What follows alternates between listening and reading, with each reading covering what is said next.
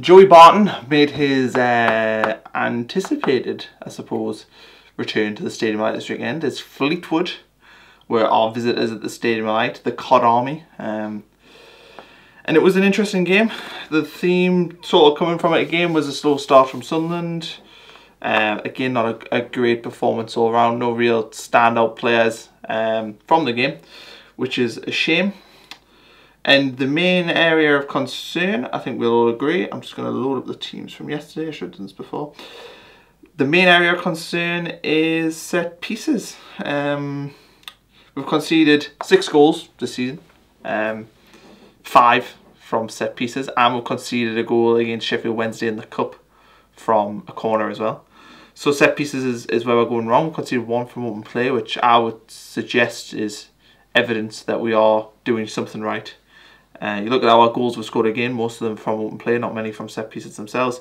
So the question is now is how do you address that issue? And I think there's a simple solution to that. So I've got my trusty whiteboard with me today, just to run through roughly what I think they can sort of do to improve defensive set pieces. So obviously in goal you go with McLaughlin. Great save yesterday for the penalty.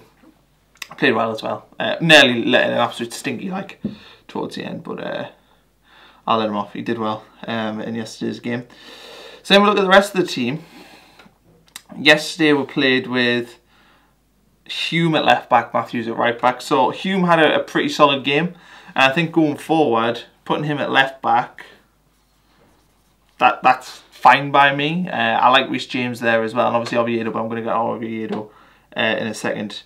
Hume though goes in at left back. Centre backs, you know, Louvens and Baldwin, I think we're all happy with that. And then people are going to be going, oh, Flanagan, you know, maybe he should go in there. Well, I think Flanagan needs to go in at right back.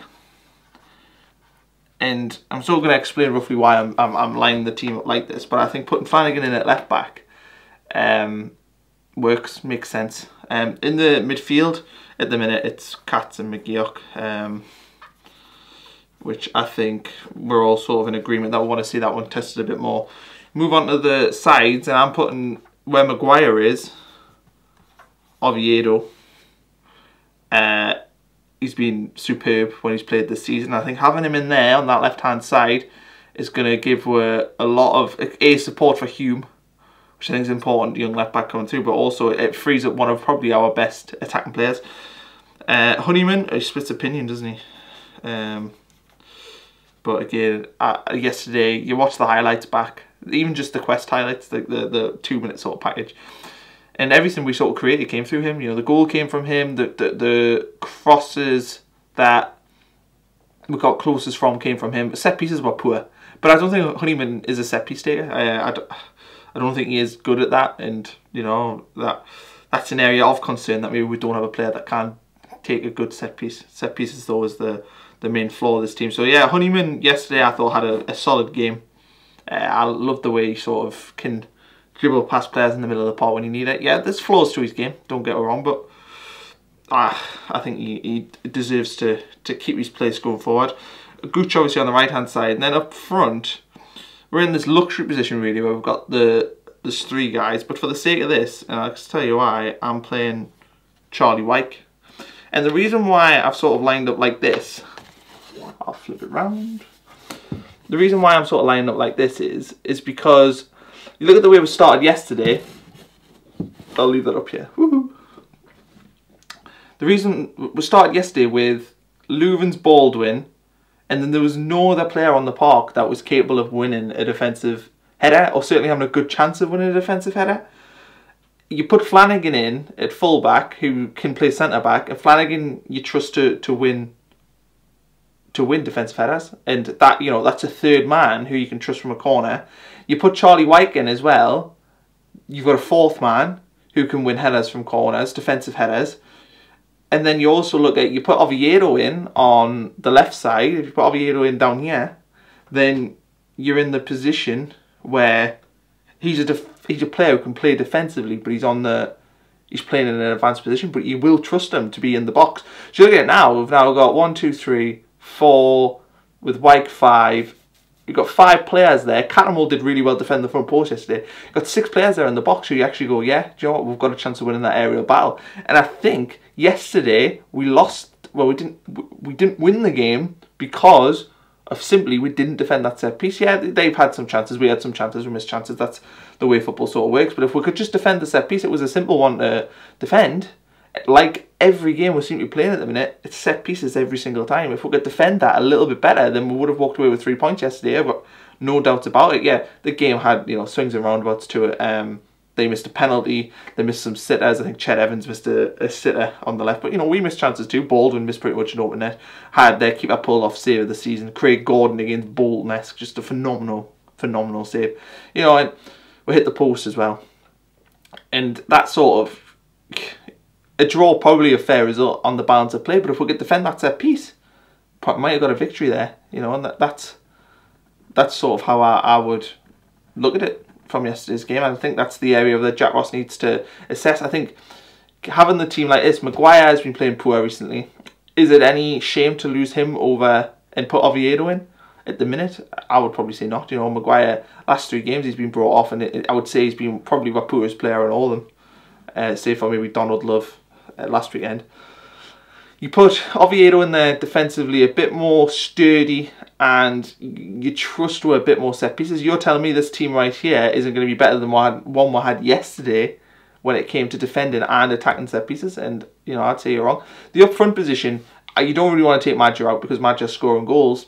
So you could put Maggio where Oviedo is on the left, and I'm not really necessarily opposed to that. Maggio is okay defensively, but I think you've got to try and look at what we've got and what makes more sense. And I think Wyke, Sinclair, Maggio, 3 options going forward. We've got really good competition there. I think any of them 3 could play front. I put Wyke in here because I think he's the best from defensive set pieces and probably the best in attacking set pieces. But then Maggio brings other aspects to the game. Sinclair does bring other aspects, and it's good to have them sort of options. So the striker position, for me, it's interchangeable. But the rest of the team, I think Flanagan does need to go in. And I had Flanagan with Baldwin at centre-back. That's what I wanted to see. Thought about it more. The fact is we're getting undone from set pieces. Putting him in at right-back just gives her that little cushion. And you can go to 3 at the back if you need to. We've seen that lopsided 3-5-2 that we've talked about, you know, on podcasts before. Flanagan does that job really well. So I think to get the team balance right, I think having Flanagan in at full-back sort of balances the team nicely. I think having the way this team looks, I can still see, I think maybe it might not be as good in an attacking sense, maybe, but I would trust that Oviedo or Maggio, whoever's going to be on this side, or McGeady, when he comes back, would be able to do that job. But I think Oviedo on there is going to help with defensively from set pieces. You know, that's where we're going wrong at the minute. As far like yesterday, well, the game yesterday in general against Fleetwood, it's worrying, I suppose, that we are starting games slowly. You know, it does seem to be that we need to go a goal down before waking up. And even yesterday in the second half, you know, we ended the first half well, but the second half we started quite sluggishly and then pushed as the game went on. And that is concerning. But we have actually played this, like, Fleetwood are a decent team. You look at the players that they had yesterday, and I was surprised to see some of the sort of big names they've got. You know, they must be spending quadruple what their sort of budget is because, you know, Ched Evans, Dean Marnie in there. You looked at across Connor McAlee, Paddy Madden. Good across the whole team. They've got really good players sort of in every position. So Fleetwood, I think, will probably be in the top 8 this season. So it's not necessarily a bad result. Oxford last week, you know, we just had a shocker and we've got to hold our hands up to that. But you just wonder, you know, 2 unbeaten, but is it, you know, I wanted 4 points from these 2 home games. We ended up with 2, which isn't great, but it's a learning curve. I saw something on Twitter today about we're being in like 11 points off the pace or something at this stage. I can't remember. In 1980, last time we were in the 3rd division. So it's nothing to be worried about. We can bounce back. And I look at the teams at the top, and, you know, Peterborough aren't going to keep playing at the rate they are. They were 2-0 up yesterday, got back to 2-2 and then won at 3-2. You look at the teams up there and you just wonder, can they keep that pace up? You know, we've still not hit top gear, still not found the formation we want. We are still, you know, hovering up there, you know, 4 points off the pace. And I am happy with the start. I think it is concerning because you do just want to, you know, hammer everyone. There's such excitement around the club that you do just want to keep that momentum going. But at the minute, it's a case of just grinding out results, not playing well, getting points, and that's ultimately a positive. But for Jack Ross on the training ground this week, it's just got to be defensive set pieces. I think this team might be better suited to playing away from home, because of the counter-attack we've got. You know, it could be better at that, but we've still got to work on them defensive, you know, the defensive plays, because it's going to cost where it could be the thing that costs you promotion. If you're looking at the end of the year and you've conceded 20-25 goals from set pieces, but you've only conceded, you know, 15 goals from open play, you just think if you just cut out half them set piece goals, then you'd be, you know, onto a winner there. But you got to look at the positives from the game. I'll always like to look at the positives, and the positives were Madja scores again. We saw Sinclair. We've seen Wyke get some more time in the squad now towards the end of the game. You know, it looks strong. We've got options that we can bring on, which is positive. We've not really had that this season.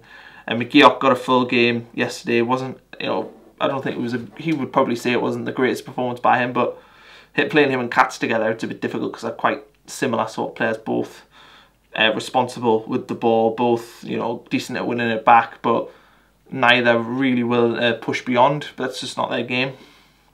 Second half though, when Catamol started to get a bit of authority on that midfield, Honeyman was able to get involved in the game more, which, you know, is positive to see. And I also like yesterday on the left side, we had Hume and then Gooch went over on that left hand side, and Honeyman went over there sometimes as well, and Madja, and you could see that they played together. You can see that they had that link, and we did get a lot of joy down the left hand side yesterday.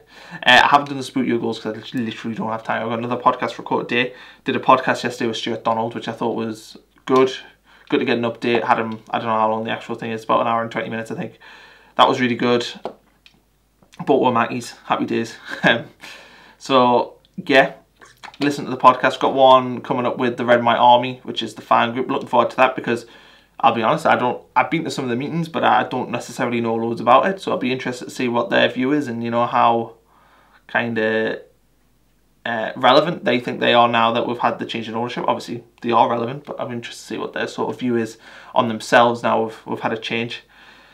So I'm looking forward to that. We've got Gordon Armstrong in with them as well. He's a member, he represents the Former Players Association, so that's really good. So yeah, thanks for watching. Next week there won't be a Roker Report TV. We'll have a week off. Got to recharge the old batteries. Won't have a Roker Report TV next week, but the week after we'll be back as normal. So thanks for watching. Like, subscribe, follow on Twitter, Roker Report on Instagram, and all that jazz. And